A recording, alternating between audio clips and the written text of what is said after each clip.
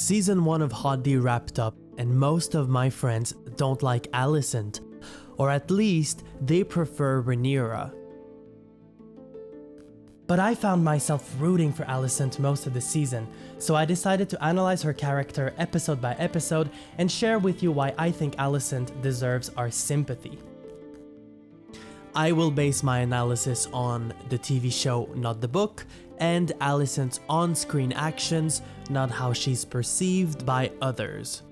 This is not a comparison with other characters, this is an isolated analysis. In part 1, this video, we will cover the events taking place in episodes 1 to 5, and I divided the timeline into 2 eras. The first is Alicent's early life at court, covering episodes 1 and 2.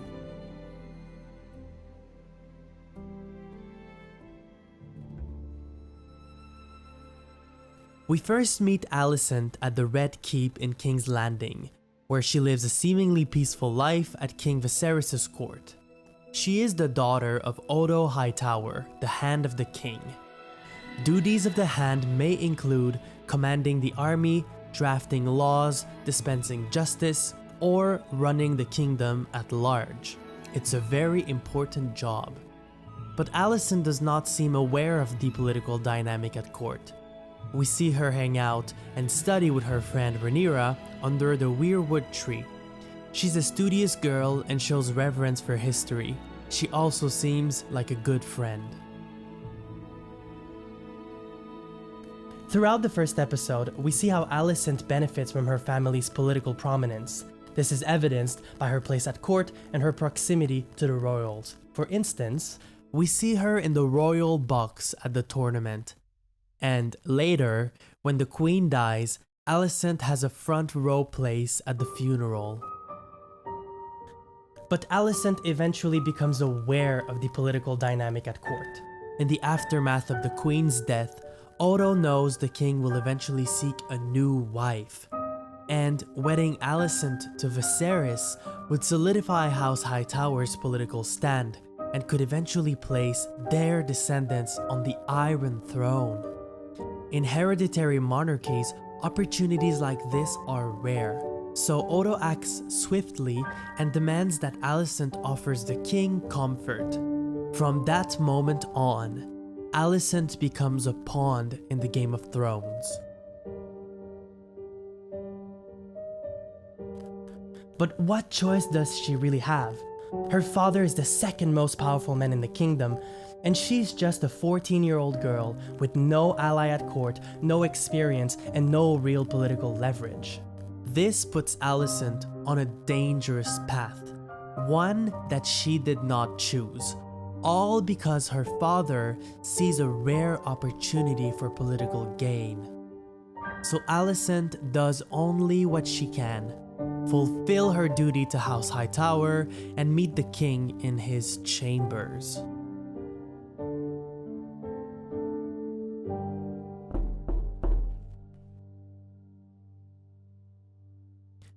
Episode 2 takes place a few months later.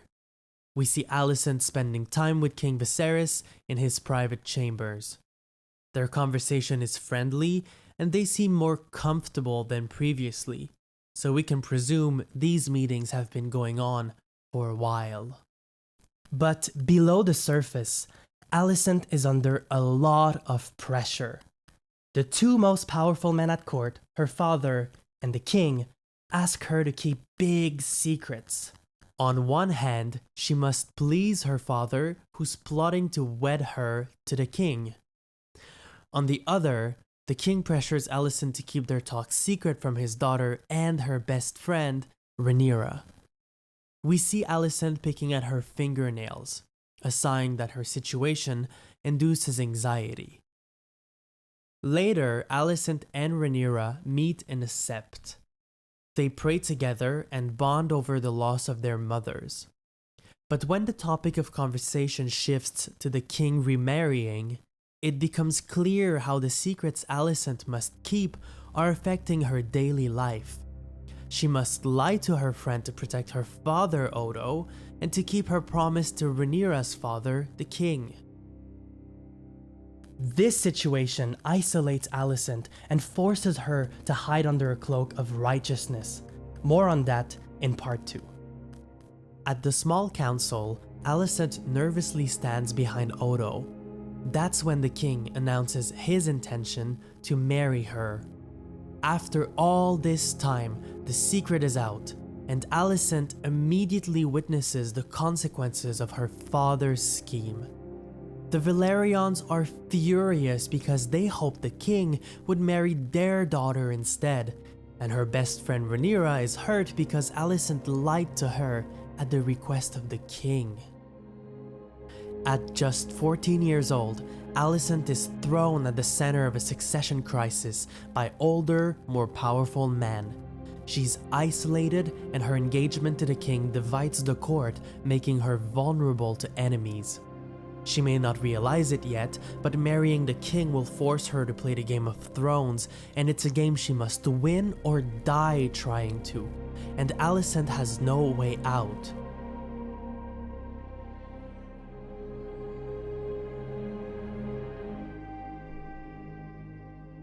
So, Alicent's early life at court ends with injustice. Her survival and that of her children will depend on her ability to maneuver the political situation created by her father.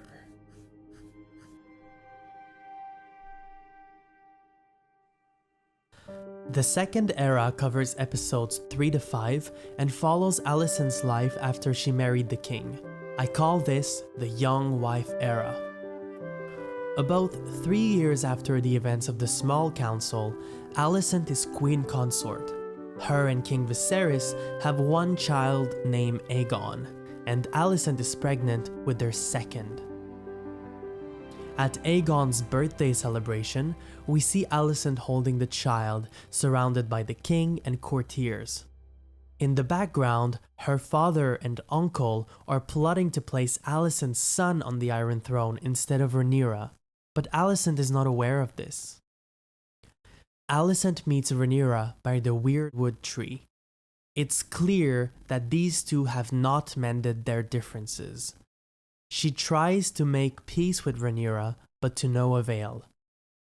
Alicent does not seem to have many friends her age. We see her chat at court with older women. She's charming, in control, and diplomatic in her role as queen consort, but it's a lonely life. Alicent and the king seem to have a close relationship.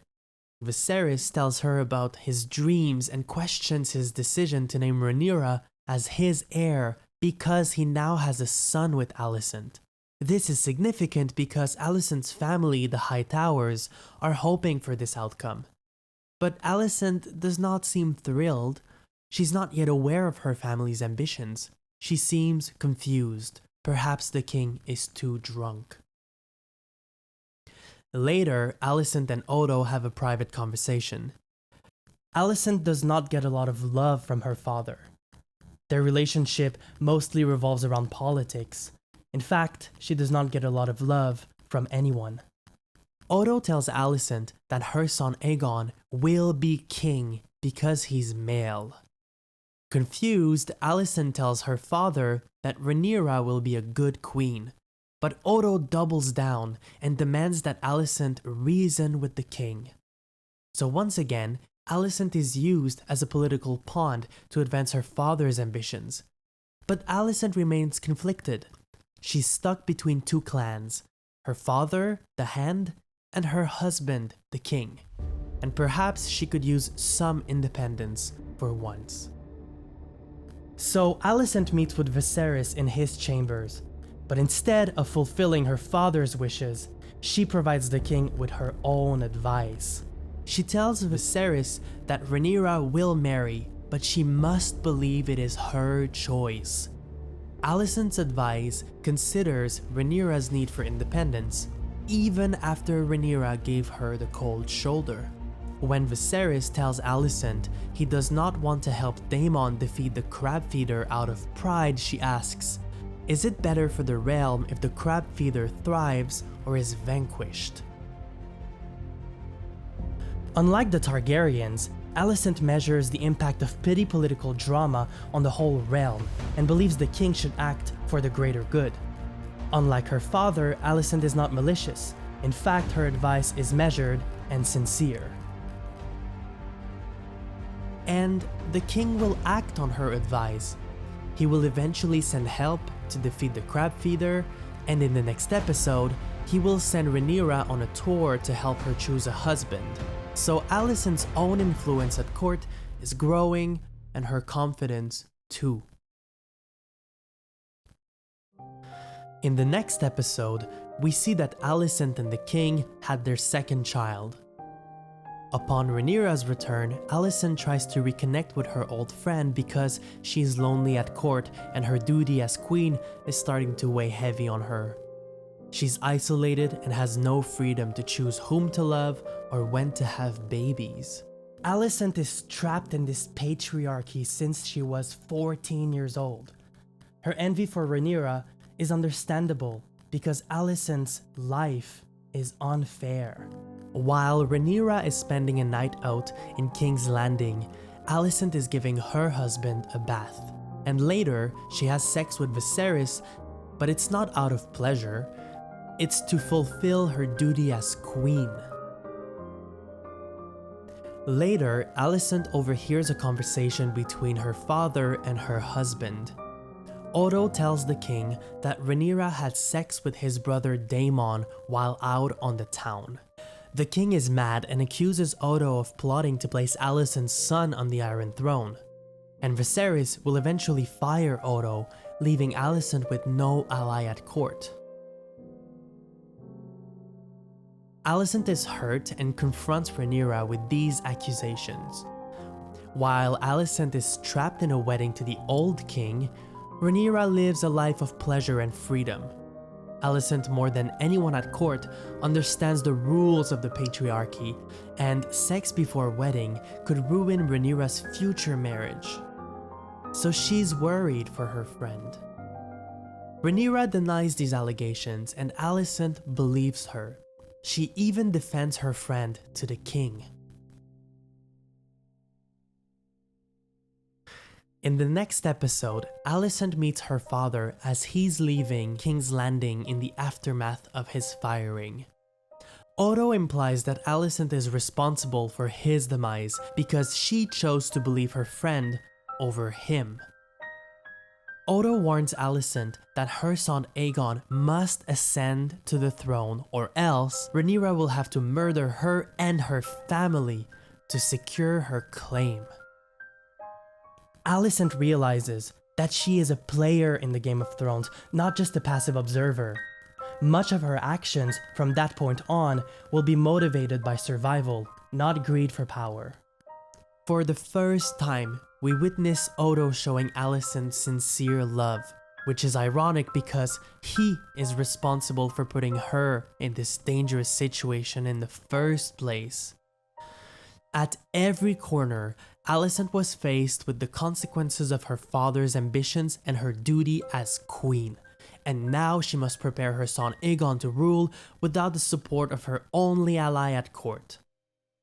This makes her vulnerable to bad actors like Larys Strong, who tells Alicent that the Grand Maester delivered moon tea to Rhaenyra, a sort of morning after pill, implying that Rhaenyra had sex with Daemon and lied to Alicent.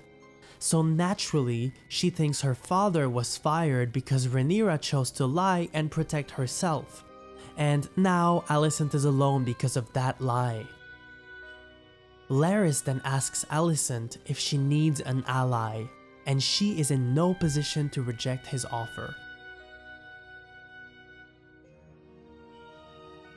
Later, Alicent asks Sir Criston Cole, who's Rhaenyra's guard, if she is aware of a lapse of morals that may have occurred. She wants to know if Rhaenyra and Daemon really had sex. This shows how much Alicent trusted Rhaenyra and may still doubt she lied. But plot twist, Sir Criston Cole confesses to having sex with Rhaenyra and asks for a merciful death for breaking his oath. Alicent can no longer count on her father to call the shots, So instead of making a rushed decision, she lets Sir Criston Cole go and buys herself some time to think. It is a savvy move in her situation. Alicent, like her father before, will start using big political events to secure relevancy at court.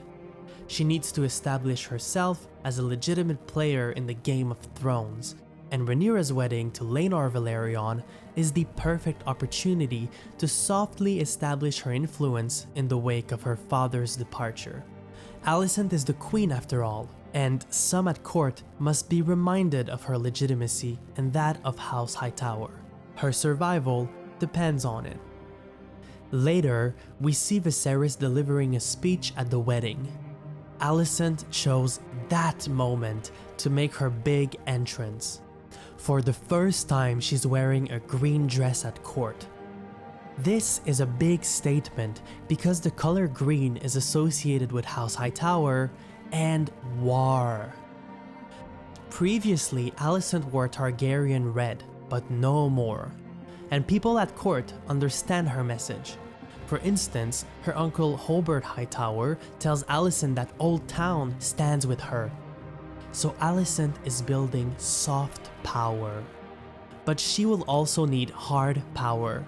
So when Sir Criston Cole kills Laenor Velaryon's boyfriend at the wedding, Alicent offers him protection in exchange for his loyalty.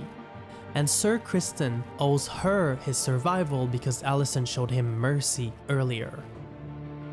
In the span of a few days, Alicent went from having no ally at court to being the leader of a new faction, the Greens. Alicent took bold actions after her father's departure, like wearing that green dress, and yes, she can be unethical too. Protecting Sir Criston Cole after he committed murder is amoral. Alicent's behavior will continue to sour in the rest of the season, but this did not happen in a vacuum. Consider this. Alicent never asked to be put in this position in the first place. She was never hungry for power, and she never wanted to play the Game of Thrones. But the game found her because her father, the second most powerful man in the realm, plotted for her to marry a middle-aged king for his own political ambitions. And she was just 14. It's disgusting. From day one, Odo's plan was for Alicent to have children with the king, as though her only purpose was to push a male heir to contest Rhaenyra's claim to the throne. Alicent was never consulted, and Odo never implicitly explained his ambitions before she got married and had children. As a result, her life and her children's life are in danger. The only option she has is to fight or die. I know Alicent is not perfect, and I know she's capable of horrible things like every other character in Hodby. But she never intended to fight a war with Rhaenyra in the first place. She was blindsided because of her age, absence of experience, and lack of choice. And men used her vulnerability to exploit her for their own power. The patriarchy put her in this position, and tragically, she must uphold the system if she wants to survive, because Aegon's claim to the throne rests on the fact that he's a man and Rhaenyra is not. Alicent is a good, well-intended character who fell victim to circumstance, and I feel bad for her.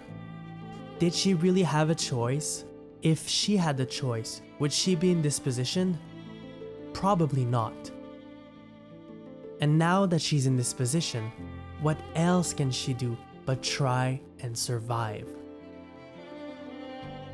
Let me know what you think in the comments below. If you found this video entertaining, subscribe to my channel. It takes a lot of time to make these things, so good karma is always appreciated, and I'll see you in the next video. Bye!